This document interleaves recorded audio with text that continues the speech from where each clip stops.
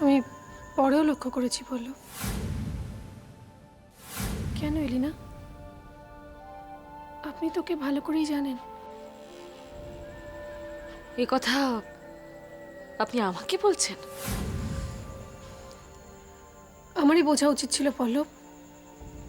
আমি বোধহয় অনধিকার প্রবেশ করে ফেলেছি। সীমারেখার সীমাটা যেখানে শেষ হয়ে যায়, আমি তার বাইরে পা রেখে ফেলেছি। তুমি শুধু শুধু নিজেকে দোষারোপ করছো কঙ্কনা। শুধু শুধু শুধু শুধু না পল্লব।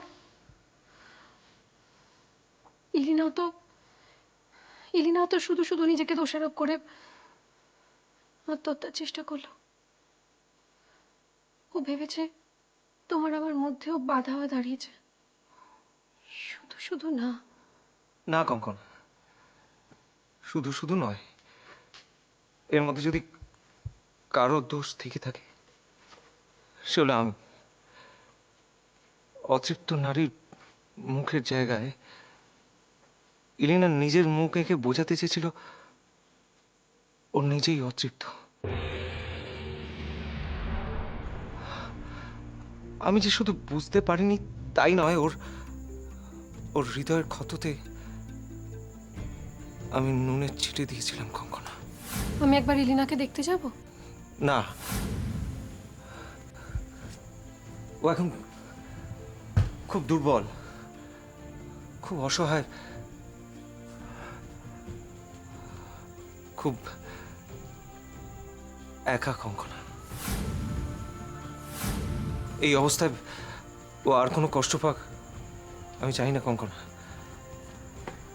আমি যে অন্যায়টা ওর প্রতি করেছি, আমার সেবা দিয়ে, যত্ন দিয়ে, ভালোবাসা দিয়ে, আদর দিয়ে, সেই অন্যায় দিয়ে তৈরি করা ঘাটা শুকিয়ে ফেলি, তারপর না তুমি কঙ্কনা। কঙ্কনা, তুমি জানো, তুমি জানো সব নষ্টের মূলে ওই ছবিটা। ওই ছবিটাকে আমি ছিঁড়ে টুকরো টুকরো করে। না পল্লব, না না না।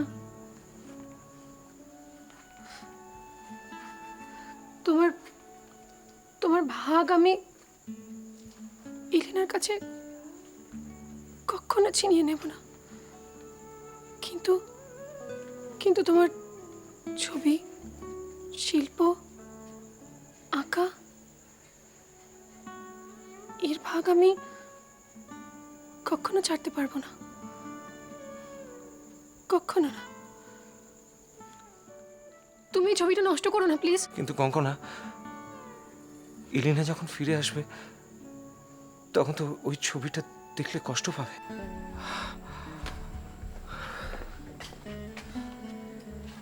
তুমি তুমি তোমার ছবিটা আমাকে দিয়ে দাও। তোমার অতৃপ্ত নারীকে আমি নেব। ইলিনাকে বলো, ইলিনাকে বলো তুমি ছবিটা নষ্ট করে ফেলেছো, ফেলে দিয়েছো। কিন্তু ছবিটা তুমি আমাকে দাও বলো, বলো দেবে না?